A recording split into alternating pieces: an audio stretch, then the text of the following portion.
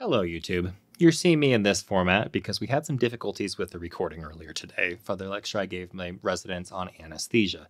If any of you know why Zoom is throwing such a fit, please let me know, but we had to record it through a different means and I forgot to hit record, or I thought I did. It doesn't matter. I wanted to make sure that you all didn't miss the first few slides, so without further ado, let's go through that. So the topic today, let me get my face out of the way so you can all see that, is going to be anesthesia. And what we're going to cover today is everything except for anesthesia of mandibular molars. Those little buggers are complex enough that they deserve their own hour-long lecture, and we will be giving that one in about 2 weeks. So make sure you subscribe so you get that. A reminder from the very first lecture in this series, actually, for about 70% of our patients, their number one fear is fear of the injection. And what that means is a lot of our patients walk in looking like this. Now, to a lot of people, that might seem like it's a problem. For me, I think of it as an opportunity because the bar is set very, very low. What we do is a weird, just career in general. We perform procedures that patients think are going to be incredibly painful, take forever. Everyone's heard it's as bad as getting a root canal. What that means, though, is the bar is super low. So even Louis can hop over it very easily and exceed their expectations. There's a quote from Warren Buffett that I really enjoy. What is wrong with you, buddy? Louis also is tired. He's not happy that I'm giving the presentation again. It's 4 o'clock in the afternoon. We should be heading home, but I want to make sure you guys all get this as well. So this is one thing that we pride ourselves on at this office, is making sure that we give anesthesia in a way that is incredibly comfortable and that they have as little pain as possible. We see this a lot in our reviews, which really makes myself and the staff happy because we know that we're helping patients get the treatment that they need. So we're going to go through some techniques today that will make sure that you guys can also do the same thing. Now, as far as what we're going to be covering today, it's going to be a combination of a few different things. We have the non-pharmacological ways to help make patients feel more comfortable. We're going to talk about topical anesthetics. We're going to talk about the injections that we do. And then I'll save the nitrous oxide, and we're going to actually talk about halcyon and premedicating patients a little bit today as well as next time. So look forward to that. Now, psychology of anesthesia is really important. We were very lucky at UOP to have a psychologist on staff who went through a lot of this. He was actually, I did some research with him when I was there, and I was very fortunate to spend a lot of time with him. So he taught a lot of these techniques that we'll be going through. But why is this important? And this is a great study that looks at anxiety and the pain during the injection. So this isn't the pain after, this isn't the pain before. This is how much pain does the patient experience if they are more anxious. And a surprise to absolutely no one, patients who were anxious had pain that was higher intensity and of longer duration. The beautiful thing, though, is flip that around. If they have lower anxiety, that means that they're going to have lower intensity pain and it won't last as long. And I'm sure all of us have seen this. When we go to work on patients who are anxious, they tend to tense up and they very much are feeling every single aspect of it. Compare that to our patients who are chilled or even sedated. They don't flinch at all when we give the injections. Now, when we were in dental school, and I did ask the residents this, they are still teaching it, the big old Tetrodotoxin resistant sodium channel. That's the big thing that they all talk to us about when you had anesthetic failures.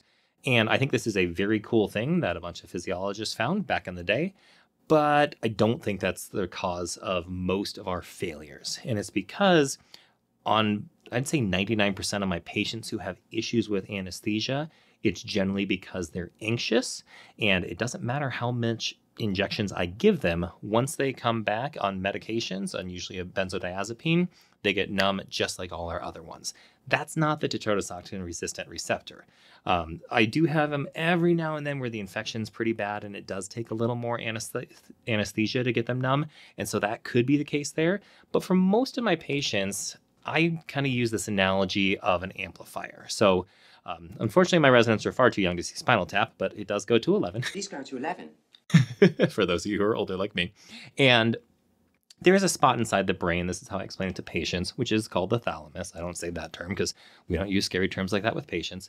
And it is where all the nerves come into. And what happens is the thalamus can then upregulate or downregulate those the signal coming from those nerves. For an example, as you're watching this video, you might be sitting down on the couch or in the car, or hopefully not in the car and driving, But regardless, you're probably going to be sitting down. You're not noticing that sensation of sitting down until I said that. And that is because the thalamus turns down things that aren't important. The problem is it can also turn things up. And so what oftentimes happens on our anxious patients is they've been not sleeping, they've been anxious about the procedure, they've already been in pain, and all of that is just poking and poking and poking at the thalamus, slowly turning it up. So the analogy I tell my patients is there's an amplifier inside your brain that kind of works with all the signals inside there. If you're at an 11, there's no amount of anesthetic I can give you to actually get you numb. So what we do for these patients is we bring them back on Halcyon that turns down the amplifier to like a 2 or a 3, and then they're very easy to get numb painlessly. It's a great experience for everybody. We'll talk more about this in the lecture. I think it'll be in December. I'm giving 2 of them. But we'll talk more about that when we talk about pharmacology. But for most of my patients, we're going to be using triazolam or Halcyon. So at this point, we should pick up where we were with the residents. There may be a little bit of overlap here, but I wanted to make sure you all didn't miss this. I'll see you all at the end of the video. I'm going to start recording now. Oh man, we missed all the conversations about the fun. Damn it, I hit the wrong button. So we missed all the fun conversations about Emmy becoming a powerlifter. So we'll go back. It's fine. Anyway, when we have anxious patients, the way that I like to explain to them is that there's an amplifier inside their brain. So that's the thalamus. That's where all of the nerve inputs go into. And then that can either upregulate or downregulate those signals. And so the best way to kind of think about this is right now, you guys are all sitting in a chair, but until I just said it, you really didn't feel that you were sitting in a chair. Your body is actually, your thalamus is downregulating those inputs because you're still having inputs coming from you being physically there, but the body doesn't need to, doesn't need that. And what I found is that for a lot of our patients who are really anxious, it's kind of like they have an amplifier inside their brain and it's turned up to 11. There's your Spinal Tap reference for anyone who's seen the movie. And when they're at an 11, I can give them all the anesthetic in the world and they're never going to get numb. So what we need to do is turn that amplifier down to like a 2 or a 3, and then it's far easier to get them numb. And that's where I bring in something like triazolam. We will talk about that when we do pharmacology. All right, so that's where we talk about pre-medication. Halcyon is my preference for that. And if you look at it, there's really not a good study that's ever been done on do benzodiazepines make nerve blocks more successful? So for the first years, if you're looking for a possible topic, I know the anesthesia is not really, we're not Ohio State, so that's not our forte, but that would be a potential one. There has not actually been a good study done on if we give patients a benzodiazepine preoperatively, do we have a higher success rate? From my very anecdotal standpoint, yes, very, very, very much so, where I do not need to give nearly as much anesthesia. They're much more comfortable and they get more profound anesthesia much faster. So we'll talk more about that when we get there. Now, there have been they've looked at a few other things, such as using steroids, which would be like a Medrol dose pack or dexamethasone. That does help with the success rate. And then same thing with ibuprofen. That does help increase your success rate with patients who have irreversible pulpitis. So there are other things you can give if, I know right now it's a little tough for you guys to do that. Did you all got my message about Roxanne doing sedation with you guys on Wednesdays, right? Yep. Yeah, so anytime that she's there, she will do those sedation patients with you. I think you just have to clear it with her beforehand. That's what Rhodes told me at least. So good news there. Now, when we talk about the psychology of it, a lot of it is the phrasing. You've heard this before, probably in your pediatric dentistry. We want to avoid words like shot, needle, pain, and use words like numb or sleepy or injections or a pinch, because it does sound silly, but those words can cause a lot of stress inside our patients, and it does make them harder to get numb. So there's a big difference if I say, I'm going to give you a shot with a needle so you don't feel pain, versus I'm going to gently deposit anesthesia near your tooth so it becomes nice and numb. Which one makes you feel warm and fuzzy inside, and which one makes you feel a little bit anxious? If you've gotten work done, I mean, I'm a dentist and I get people numb all day. I get myself numb. I still get a little anxious when I have to have work done. So we all understand that there is some anxiety with it, and the language you use really does matter. Make sure you teach your staff this as well, especially if you're going to work with children. I make sure that my staff knows there are some no-no words, and they would definitely be shot, needle, things like that. We play a game called Hide the Needle, and hopefully this will work. Let me know if you can hear the audio, otherwise I'll describe it. But this is a video that I made a while ago. This is actually one of my, Vanessa's my old assistant here. She unfortunately had to leave to go help take care of her mom way back when, and it's not going to work, is it? All right, so if we're going to be, yeah, we don't see that. Okay, so if we're anesthetizing for a kid and we really want to hide the needle, what we're usually going to do is Jenny's going to pass me the instrument like this. I can then hold it down here while I'm talking to them. She covers their hands so that if they do flail, it's not dangerous for us. And then let's say I'm going to work on a front tooth. What I'll do is open and say something along the lines of, oh, I'm just going to look inside here. And you'll notice my hand's big enough, I'm covering their entire face. So they don't see when I come in here and do the injection that anything's going in. Same thing if we're coming in from the side, open up again. When we're looking to, say, like do an IA, you can feel with your finger back here so you know where to go. And then cover the face like this and come in this direction. So that's the way you would do it for really, really phobic patients. Okay. So what we're gonna do for most of our patients is we still hide the syringe, but we're not gonna go through the whole process of hiding it underneath there. So for this one, this is usually how the pass goes. So Jenny will hand it so that this is where I can grab onto it, and then I will put it into the thumb. So if you want to show closer up a bit, I'm gonna have a hand kind of like this motion, and then when she comes in, you'll see it placed there, and I'm able to then bring it in. And you really didn't see the needle at all when it's down here, right? Yeah. So that's the key, is you want to be able to hide the needle that whole time.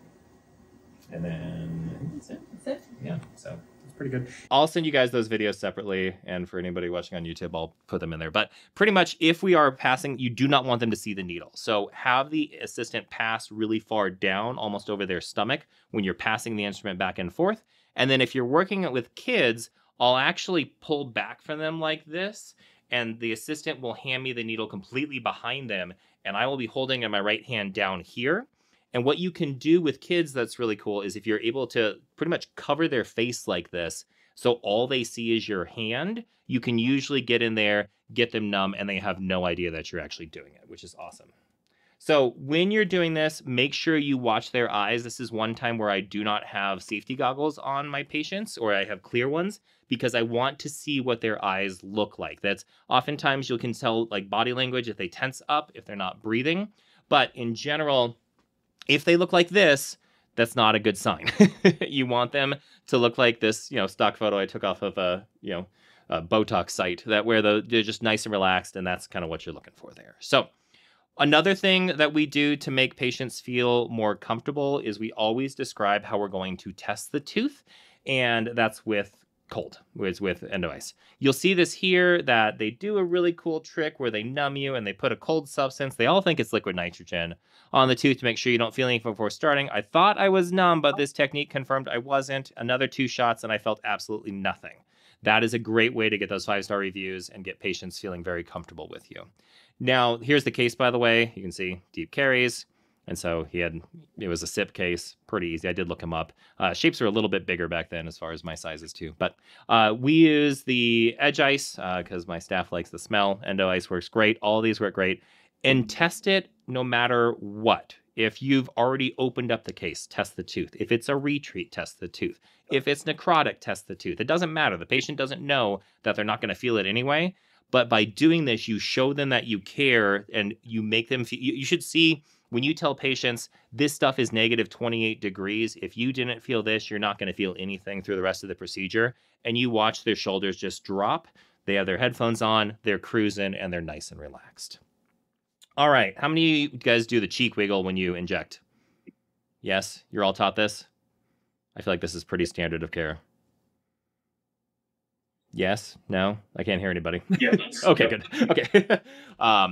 So there's 2 kind of theories for why this works. The first is distraction, which I think is actually what it does. The other one that you learned is the gate theory of pain. Just to remind you, the idea is that in order for the anesthetic to get into the nerve to actually get it numb, it has to have the gate open. The gate has to be opened by some type of stimulus. And so you'd rather that stimulus be something nice and gentle like you wiggling, rather than it be the pain of the injection. What happens is you have these inhibitory interneurons that go in, and when they are active, what will actually happen is it stops the fibers from actually firing here. The cool thing is this is done with massage. And so when you hear that the patients, oh, I massage and it feels better, it makes a difference. That's why oftentimes if I do sense that they're, if they're really sore after, you massage the area like for an IA, and that usually gets them feeling more comfortable a lot faster as well.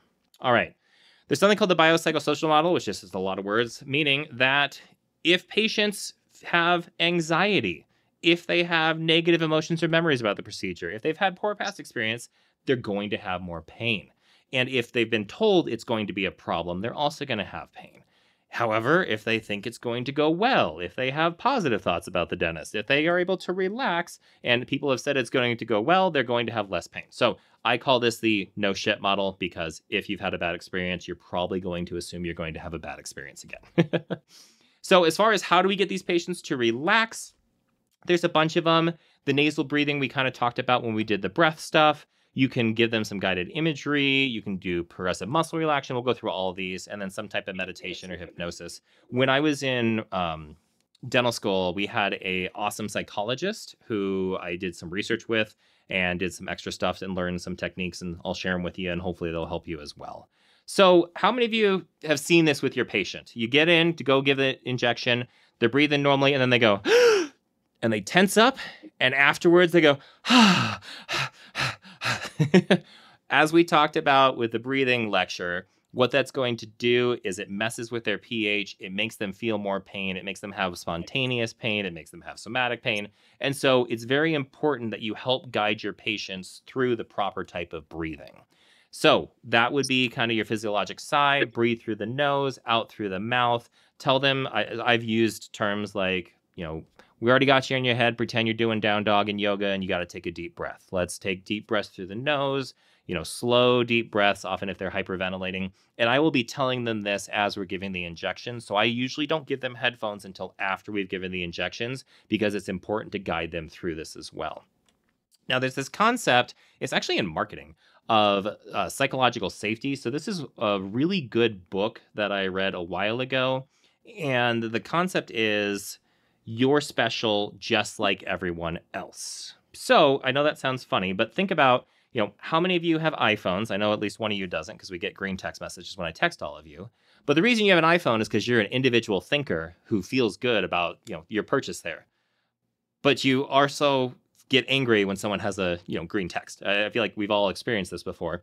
And that's the whole thing. You're special just like everybody else. So if you can take this concept and apply it to your patients, it makes them feel more comfortable. So a way to say that is your tooth is very difficult. Thankfully, I just worked on one just like this morning or yesterday.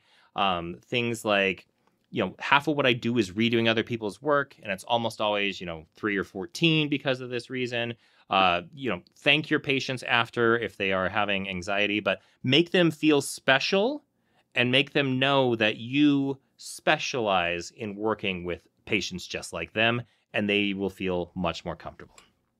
So, after they're done with the injections, I'll say something like, congratulations, the worst part of your day is already over. They usually laugh because they always think that it's going to be, the root canal is the worst part, but really it's just the injections. Once you get them numb, root canals are boring.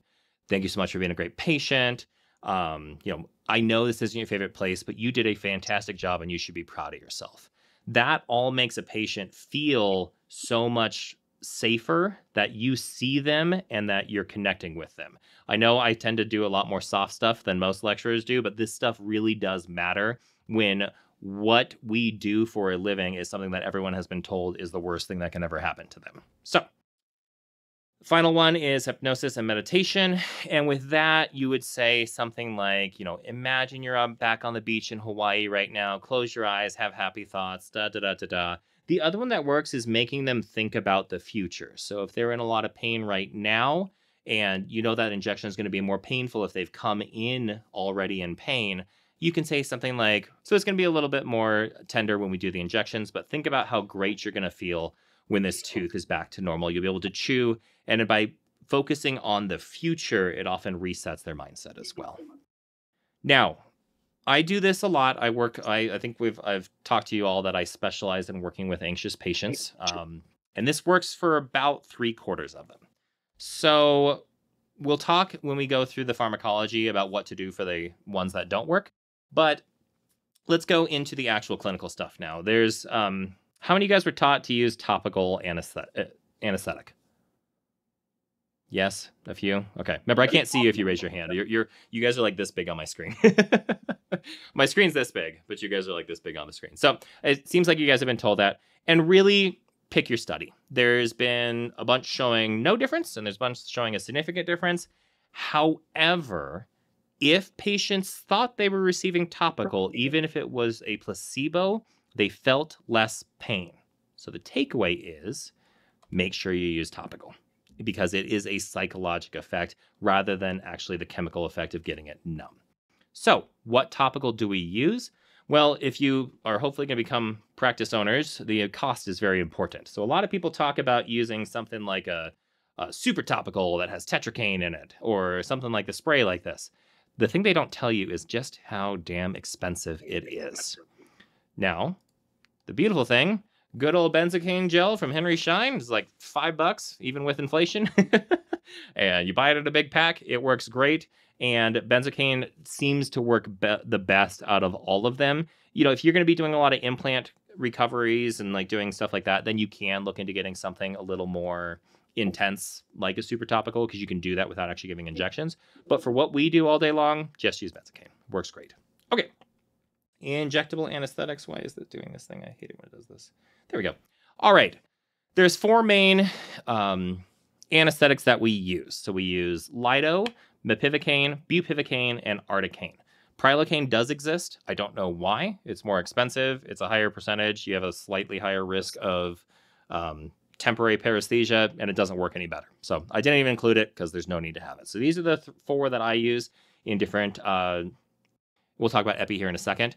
Couple things that are interesting about this that you maybe have not seen before. Number 1 is the pH. And everyone always, have you guys heard to use mepivacaine because it's a less painful injection? Because it has a closer pH to neutral? Well, so does lido. The problem with mepivacaine is twofold. Number 1 is that you don't really get that great a pulpal anesthesia.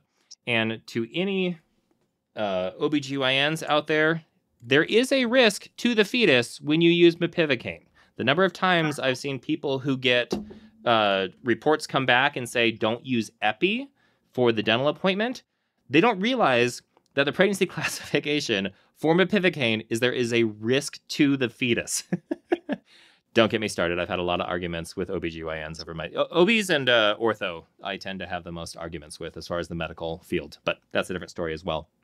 The other thing I wanted you all to notice is that bupivacaine is probably something we should be using a lot more of. Now, the pH is very low on this one, so it is a more painful injection, but the potency is 4 times that of any of the other ones. It does take longer to kick in. It takes about 10 minutes, but the potency is totally worth it. So if you're having problems, and it's only for blocks, by the way, you don't need to use this locally. You want to use this for blocks. We should be using a lot more bupivacaine. The other beautiful thing is by keeping them numb for a longer time. Yeah, you have a question? Do you guys have a question? No. It keeps cutting in and out. I don't know what's going on with the audio. Zoom's just having a day today, you guys. I'm so sorry. The other thing with bupivacaine is that by keeping them numb for that longer amount of time, you stop the pain signals from getting to the brain. And so you can get a couple doses of ibuprofen or Tylenol on board, and it actually drops down the production of those pro-inflammatory factors that the brain would normally produce, meaning the patients are going to have less pain on days 1 and 2 after. So there's a lot of benefits. The downside is they're going to be numb for a while, and we fix this by saying, I'm going to get you numb so that you can get some ibuprofen on board before the anesthetic wears off, and it's going to make you have less pain. We're doing this on purpose. As long as you explain why you're doing things, people don't get worried. The other thing is that maximum dose. Everybody loves articaine because it is a great... I love me some Septo, don't get me wrong. But the maximum dose is a lot lower, and we'll talk about that in a minute. Okay. Oh, I circled those. I forgot I circled all the good things. Look at that. Did I get all of them? Almost. Yep. Okay. That was the only... There's more active in mepivacaine. That does kick in a little bit faster. That is one other thing that mepivacaine can do. But otherwise, yeah. The maximum amount of the anesthetic you can give is determined by the lowest amount of what you give, even if it's just once. So if you give septo or articaine, you can use 6.5 carts total. That's it. This is why when Chris does his full mouth extractions, he only uses lidocaine because he can give 13 carps and still be within the safety margin. Whereas if I'm just trying to get one tooth numb, I should be able to get them numb with 6 injections, and if not, they usually need sedation. Now, we're going to go through these real fast. I use lidocaine as my first injection for everybody. The 1 to 50 is useful for surgery. I'm going to be doing an Ibuco here in 35 minutes, so we will be using that there. Are you guys still taught to use the 1 to 50 lido for surgery? Yes. It does make a difference. It makes it a lot easier. You do get a little bit of bleeding after, but as long as you're quick with your surgery and get it done within an hour, it's not like you're going to have that reflex bleeding or the, that's not the word. I'll think of it later. The bleeding that comes back after the epi wears off. So be efficient, and it works really, really nicely. Arto or articaine or septicaine, as far as the 100 versus 200,000 difference, the 200 lasts 15 minutes less. But I have noticed on patients who are sensitive to epinephrine, they seem to not notice when I give that. I'll talk about in a minute how I'm able to get patients numb who are sensitive to epi or allergic to epi, which is my favorite one, obviously. The beautiful part about articaine is that it penetrates the bone better than other agents, and it's because of the shape. I'll show you in a minute why that happens. One thing that people generally forget, there is no evidence that it is superior for IAN blocks. And I know I'm going to make a lot of people angry saying that, but there is no difference. We'll talk about how you need to do your IAs when we do that next time. But there's no difference between articaine and lidocaine for blocks. That's a big thing. If you're having trouble with your blocks, let me know. I can teach you guys. We'll go through that next time, but I'm happy to FaceTime you or whatever. It has been associated with nerve damage when used with a block. You can thank the weird anesthetic professor that we had at UOP for that. That's a big, I'll tell you that one in person. That's a fun one. But the takeaway there is it's all temporary. There is a higher risk of paresthesia 3 months after compared to other lower percentage anesthetics. But at the year, it's the exact same as Lido and all the other ones. So it seems to be that it's a temporary paresthesia if you do have issues with it. Knock on wood, I've never had issues with it, but I also don't use it for blocks because I don't see a benefit of it. I give this to every patient every single time because it is able to penetrate the bone better. I very rarely have to give palatal injections, which are a painful experience no matter what tricks you use. Now, looking at the structure of it, when we look at your normal amide linkage here, I believe this is lidocaine, it does have an amide linkage, but it also has this ester linkage right here, as well as the pentothioyl ring. What's cool about articaine is that pentothioyl ring allows it to penetrate better through the bone, and it's broken down actually in 2 different ways, and so it's a little bit safer in general is kind of what the takeaway is. Because you can have it broken down, this is generally broken down in the liver and kidneys. This is broken down by plasma esterases. So that's what's cool about articaine is the different shape of it allows it to penetrate better. So there's your OChem for the day. All right. As we talked about with bupivacaine, I love this. I use it for every initial treatment, and I only use it for blocks. There's no need if I'm, two-stepping a case, I really don't create that much inflammation on the second visit, rinsing out the calcium hydroxide and obturating the case. So I don't really need the long-term effect. But for that initial visit, for surgeries, anything like that, it is a wonderful, wonderful anesthetic. And I highly recommend everybody use this on every patient. The reason that it lasts so long is because it is protein binding. Now, it is only long-acting with blocks, like I said. So if you're doing an infiltration, it's not going to make a difference compared to the other anesthetics. It is more potent, though, so do keep that in mind. But as we talked about earlier, it stops that inflammatory cascade from happening, which means they're going to have less pain after. Carbocaine, it is very useful in patients who say they are either allergic to Novocaine or they're allergic to epi or sensitive to epi. And generally, those patients are going to be taking levothyroxine or Synthroid. I asked my wife about this, who's the pharmacist, and the reason she said that they're probably more sensitive is when you're on that artificial thyroid meds, it pretty much just ramps up your entire body. You're pretty much on fire all the time with your inflammation. And so if you add anything like epinephrine, it's going to make them, they're going to be more sensitive in general. So when we are having patients who are sensitive, I will use carbocaine as my first injection. And then using the 1 to 200,000 epi with the bupivacaine and the articaine seems to cause no issues. They don't know that we gave them the epinephrine. They don't have that pounding and the scariness and the rapid heart rate. And more importantly, the anesthetic works. That's the downside with carbocaine, is it's done in like 30, 40 minutes. It's not as effective. It doesn't get them as deeply numb, and it goes through very fast. It is fast acting, but it's also short acting. And as we went over, do not use this on pregnant patients. And please do not get medical clearances for your pregnant patients. You know far more about how to treat a pregnant patient dentally than the OBs do. Okay. There is a longer acting one, which is cool. It is liposomal encased bupivacaine.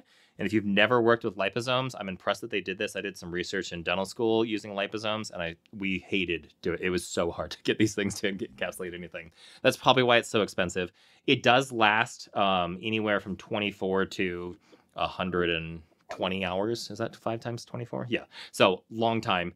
No, 96 hours, Scott. Come on, do your math. No, 124. It doesn't matter.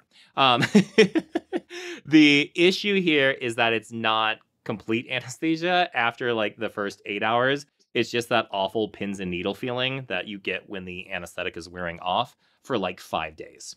So it was supposed to make a huge difference. Unfortunately, it really hasn't taken the market by storm.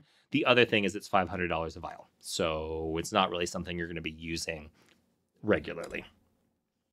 Now, as far as what needles to use, you have short and long, and you have different gauges there. I was appalled when I went to teach at the school that we used to teach at, and there were faculty who were telling students to do IAs with short needles. That's not a good way to go.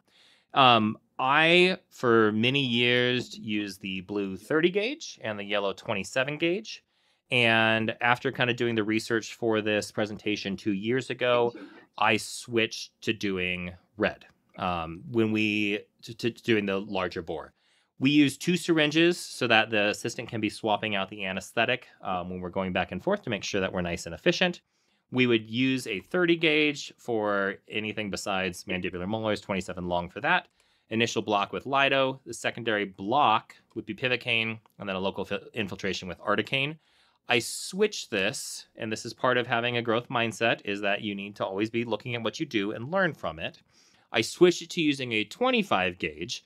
However, I found one problem when you have 25 gauge needles. If you're doing intrapulpal injections, it's too big most of the time to get inside the actual canal. So we still have 30 gauge, but I use 25 for most of my injections now because it seems to actually be a less painful injection, because when you're able to, the flow isn't as quite pressurized. Think about when you put your finger on a hose, how it increases the pressure there. It seems to be less painful, and I haven't noticed any difference as far as initial injection pinch, and it makes it a lot easier to do IAs because it doesn't deflect. The other cool thing, which we'll talk about when we do next time on supplemental anesthesia, is I can almost do, and I know I talked with Emmy about this, I can almost do intraosseous injections just with the short needle because it's so stiff. If I go kind of in between the teeth, I can usually pop through that interdental papilla down into the bone and actually do an intraosseous, and I don't have to bring out the X-tip or anything like that. So kind of cool, but yeah.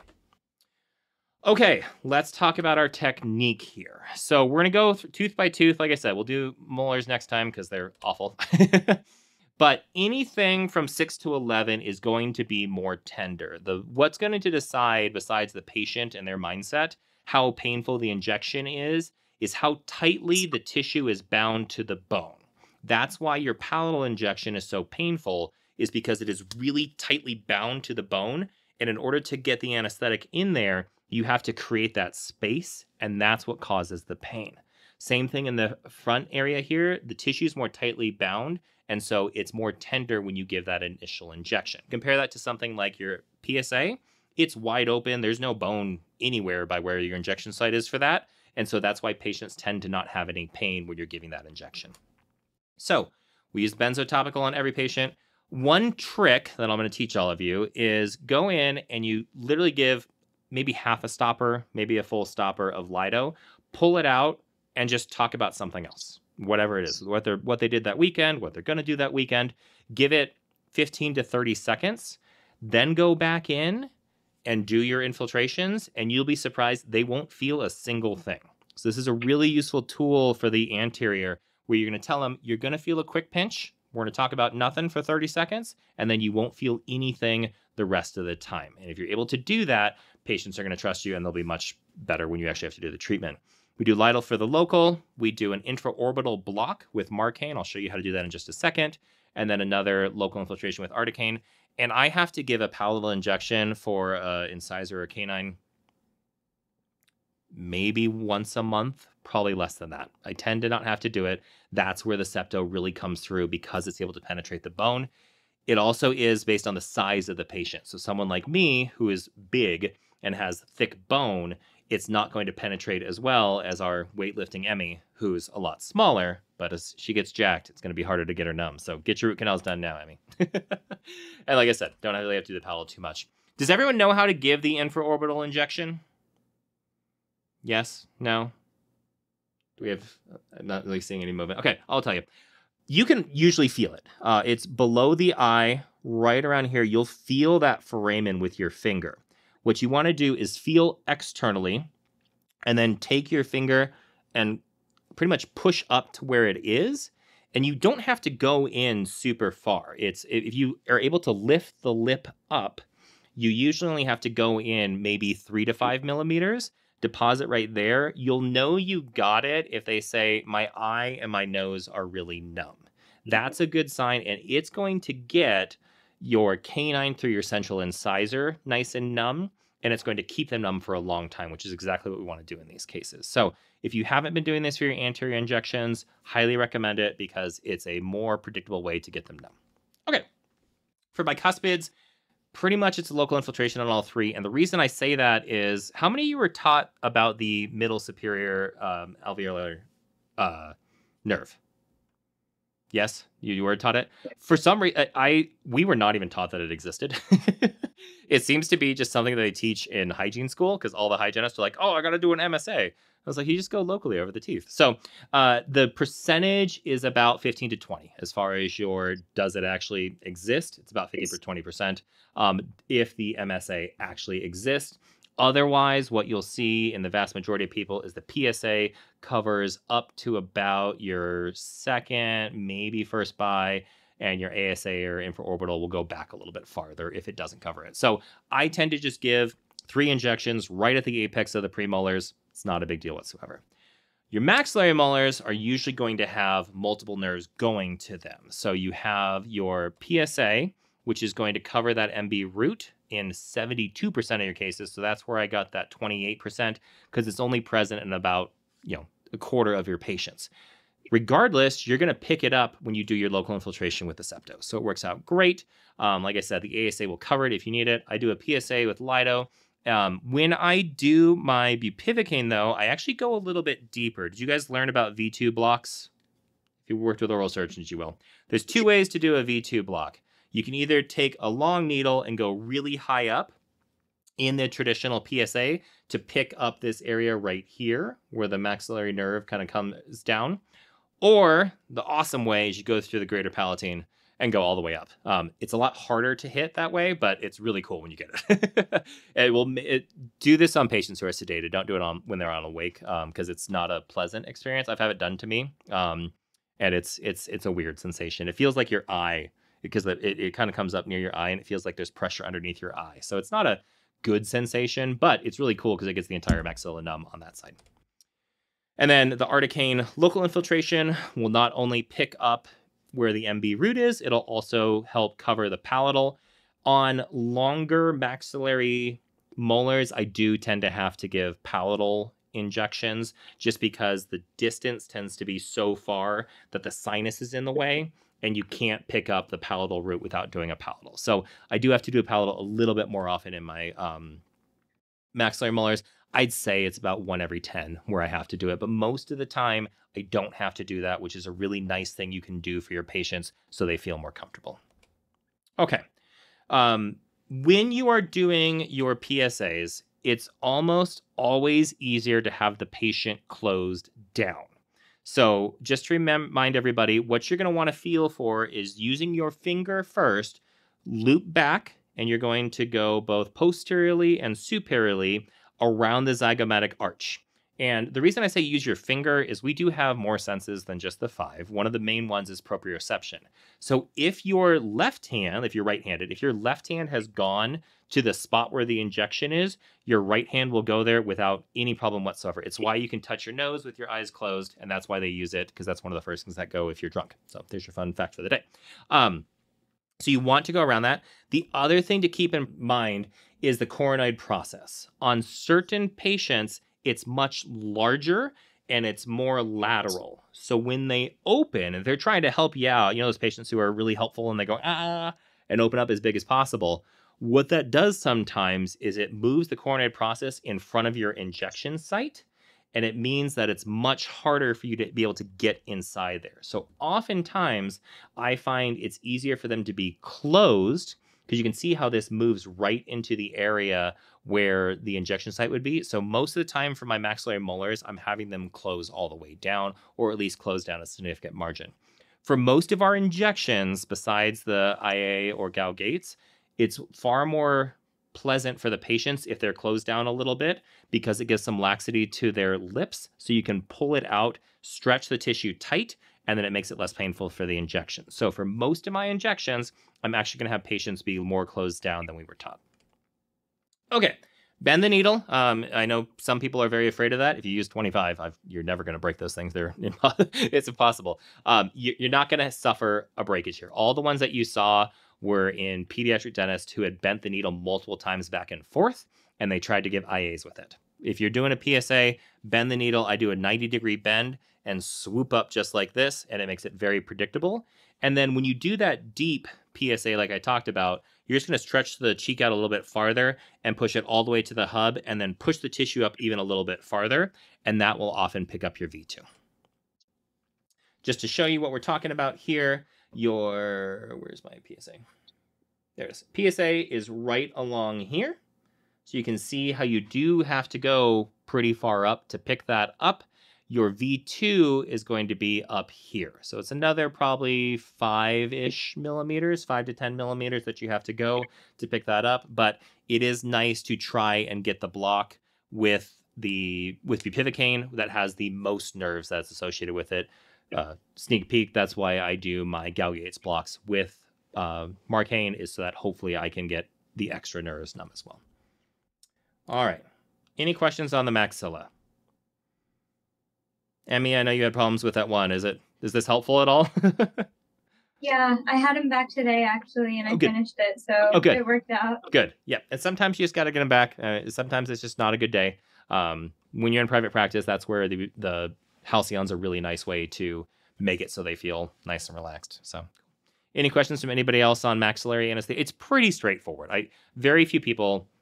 I mean, you'll have them every now and then where, like, the other day I had a premolar that just didn't want to get numb.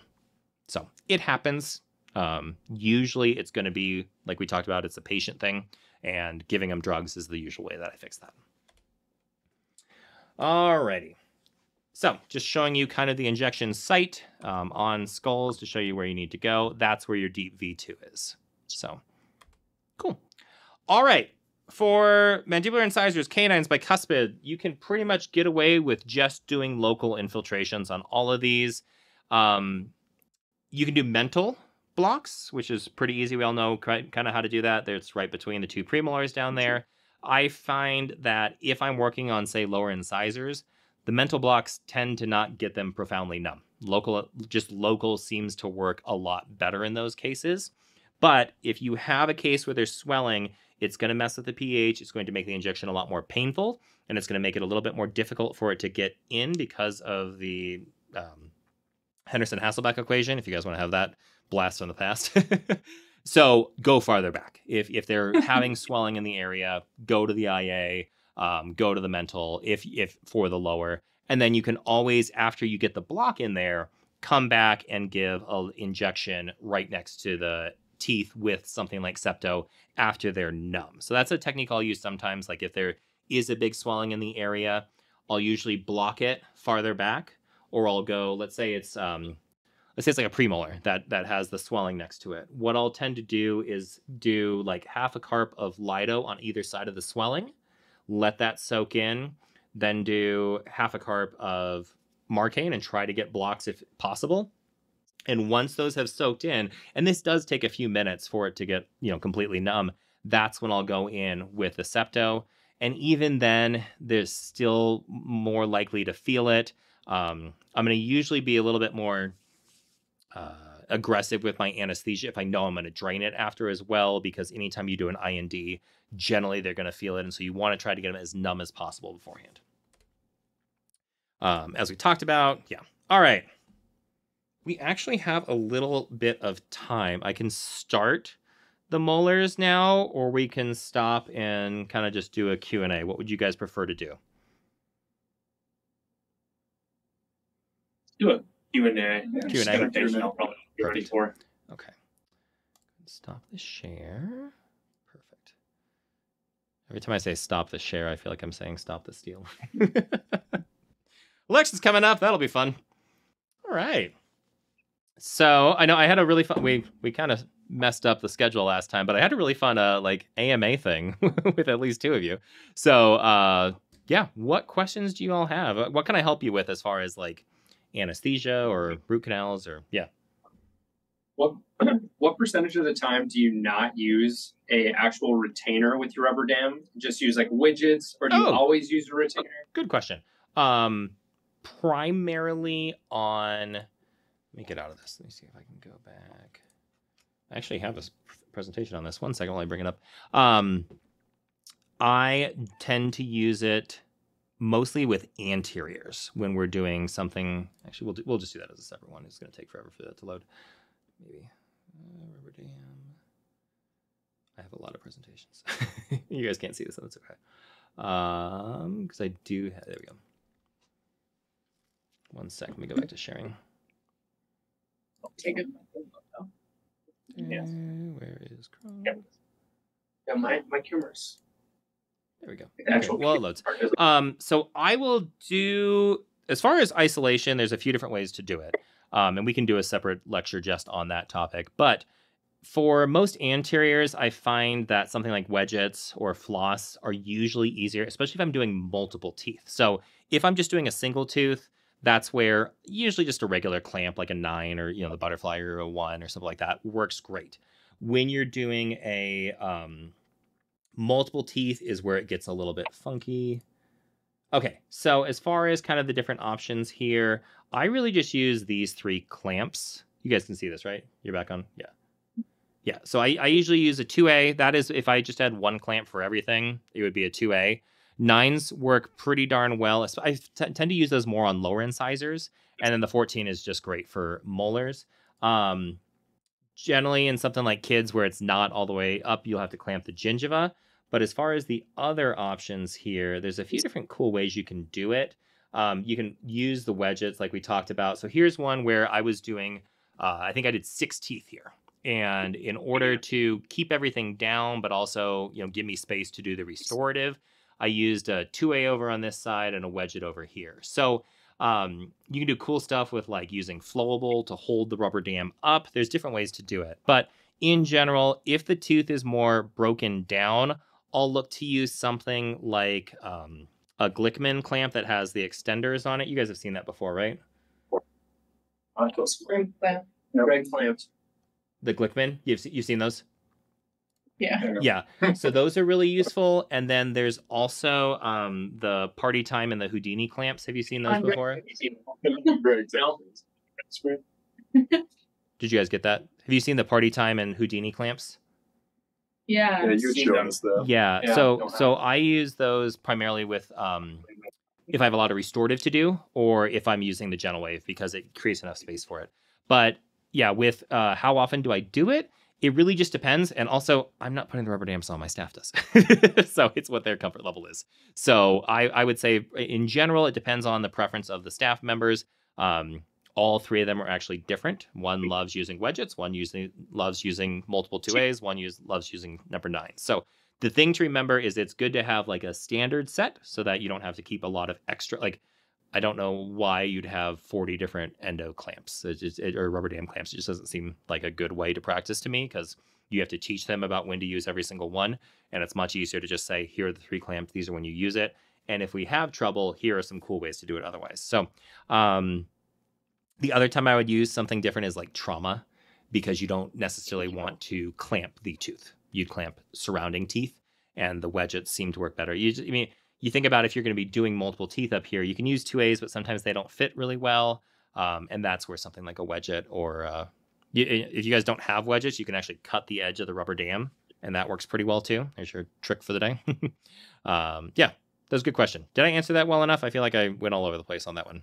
Excellent. 2 thumbs up. I love it. What other questions do you guys have? This is fun. So I have a question about the Squirt Fill technique again. Yes. I've got a case from yesterday where there was a decent hook on the distal, and I wasn't able to get it with rotaries, but it's like, I would say 2 millimeters from the working length. So I want gutta percha to probably go to the end or close to it. Yeah. I have a nice glide path with hand files up to like a 25. Yeah, fine. Rotary won't take. Yep. In the case like that, would Squirt Fill take that last couple, like 2 millimeters or? Yep, 100%. And the way that you make sure it does is if you, whatever like your final file size is, so I think you said 25, put a slight bend in it, dip it in your sealer, put it to length. Okay. And the sealer helps lubricate the gutta percha as it goes out, and then it has less likelihood of getting stuck inside there. And that's one where the reason I always said I would never teach the squirt technique, even though now I'm doing it all the time, is because it's very difficult to know how much pressure to put on there. And in a case like that, even at a 25, I would put slightly more pressure than I would normally. You know, if the case is wide open, I'm not going to be using as much pressure. I may even switch around to the larger size of the larger diameter plugger. But if it's a case that has a curve or something where I know I'm going to need a little bit more of that pressure to get down to the apex, you may need to press just a little bit harder. And what point would you? Yeah, go ahead. Yeah, at what point would you start getting concerned and maybe you switch over to the larger plugger? Like, are you talking like open APCs? Yeah, something that's like a 50, like a retreat of a F5 type thing. And on those, once they get that big, I'm usually switching to cones. You have to be a little careful too if there is a hole in the bone. If you've brought them back, generally, even though there's still a hole in the bone, there's enough pressure in there from the healing process that you're not going to send a lot of crap out the apex.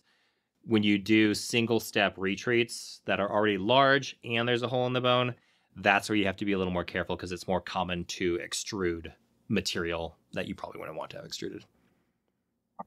Yeah. On that note, we talked about this last week and like using PackMax to like also help condense. Are you doing that with using PackMax for every case you're squirt filling, or you find you're successful with condensing as well? Half and half. I used to use it on everybody, and I had a few cases where I had to do some quick and dirty apicos because I shoved some stuff out the apex. So learn from that. The PackMax is like a chainsaw. It is not a precision tool whatsoever. I use it on cases where it's like already calcified. I'm the first one in there, and I finished to a 17 because the smallest PackMax at 25. So I'm going to be, even if I get that tip all the way down, it's not going to go to the apex. So I'm not going to create as much pressure. And when you're using the PackMax, remember, you only want to go down maybe a third of the way. You don't need to go too far. Just start spinning it. So as you're spinning it, you want to hit the gutta percha, and you'll see it start to grab it, and then it almost turns into like a soup. Once it does that, just go 1, 2, 3, and then pull out. And when you pull out, you want to push against the wall like this. That pressure takes the gutta percha that's stuck on the flutes of the file and pushes it back down. When the first time you use this, if you don't brush it up against there, what's going to happen is all the gutta percha is going to get stuck on the actual flutes, and you're going to pull out all your gutta percha, and you'll be like, why the hell did I use this thing in the first place? That was my experience the first time I used it, and I didn't use it for probably 3 years. But As far as how often am I using it, if I know that it's a skinny case and that I'm going to want to make sure I have as much, like on that curve case, that's one where I would definitely want to have the apical pressure.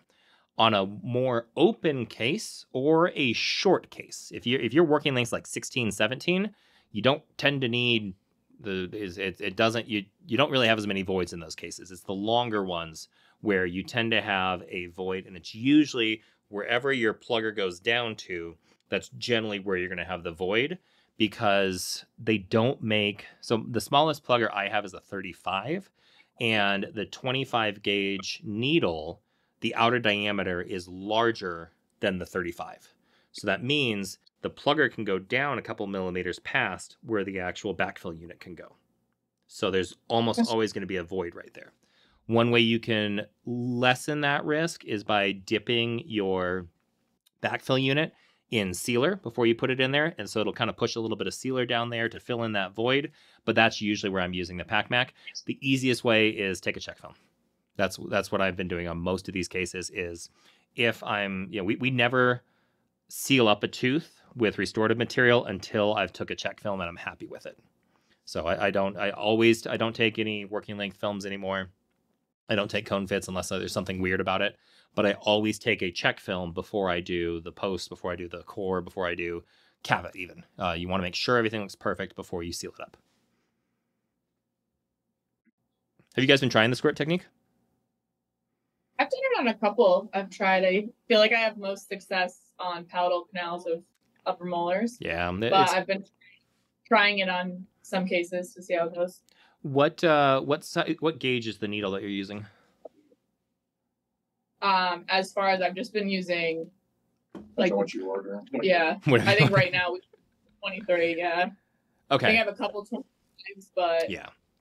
And the 23, I just have 25s. I don't see any need to have anything larger. And are you guys using the soft gutta percha or the high flow one?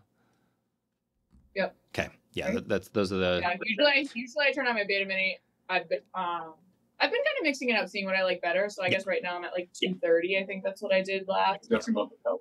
Oh, okay. Yeah. I don't think we have the high school ones. Yeah. Yeah, so I use the B&L soft gutta percha at 230 with the 25 gauge multi-bending needle. And that what I'd recommend is once you find one, don't switch it up, because like I can do squirt fill great with a B&L, no problems whatsoever. If I had to squirt fill with a calamus, it would look absolute garbage. The key here is consistency. So you always know that your instrument's going to behave the same way, and you change how you use the instrument. Don't change the instrument itself, would be my recommendation there. Yeah, if 23 is the smallest you have, then something like a big palatal or maybe a single large distal of a lower molar is going to be a good use case for that. Any of the anteriors, the maxillary anteriors, would also be a good case for that because they're pretty wide open. Yeah, if you're just learning to do it for the first time, that F1 shape tends to be a really predictable one to practice with. And then you can kind of start experimenting. It's easier to use the squirt technique on smaller canals than it is on larger canals, is what I'll say. Cool. What other questions you guys have? We have a couple more minutes. If not, that's fine. My surgery patient's here. Thank you. Cool, guys. Thanks so much. Have a good rest of your time. Emmy, go hit the gym. Bye, guys.